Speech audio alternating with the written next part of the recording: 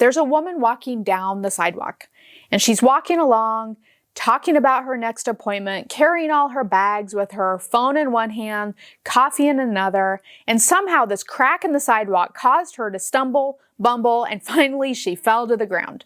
But guess what? She did not spill that coffee.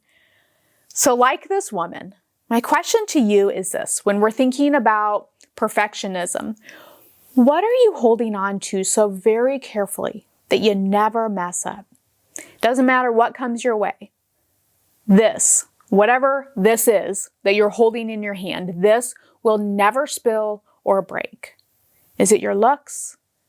Never walking out of the house without your makeup done perfectly and the right clothes on? Or is it your workout schedule, never missing one ever to make sure the scale on the number on the scale is just right? Or is it cooking everyone's favorite meals every evening? Or is it planning and executing the perfect parties? Maybe for you, it's keeping your home perfectly clean 100% of the time. Maybe it's keeping the kids in the right activities with the right gear always. Or maybe it's rising up in your career at all costs, always being perfectly prepared for every meeting. What are you holding on to? Like this woman who could take a huge fall and yet come up afterward and say, well, at least I didn't spill the coffee. My question is, are we holding on to the right thing? There's a lot of perfectionism in the world. What is it for you that you have to hold on to and never let it spill or fall or crash? How do we let go of that tendency toward perfection, no matter what, and instead hold on to what actually matters? Allow me to remind you, God has grace for you. Do you have grace for yourself? You know, I hear women claiming, I'm a perfectionist, like it's a badge of honor or it's a positive attribute.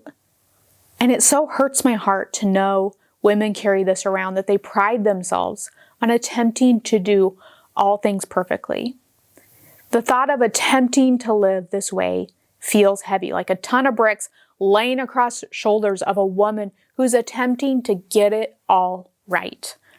And God wants to take that weight off of anyone who attempts perfection, because it's impossible to accomplish. I've tried it. It doesn't work. It's impossible to keep everything in balance all the time. It's impossible to do all things perfectly at all times. We have to find the rhythm of life. We have to live in rhythm so that when, not if, but when something falls, we're still on solid ground. Our day or our week or a month is not ruined when something in our lives is not executed just exactly right.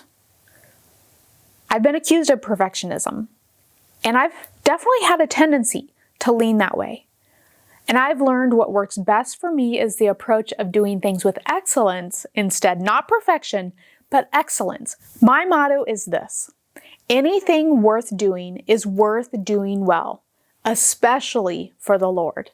It is the intent and motive behind it that matters, doing it with excellence instead of perfection.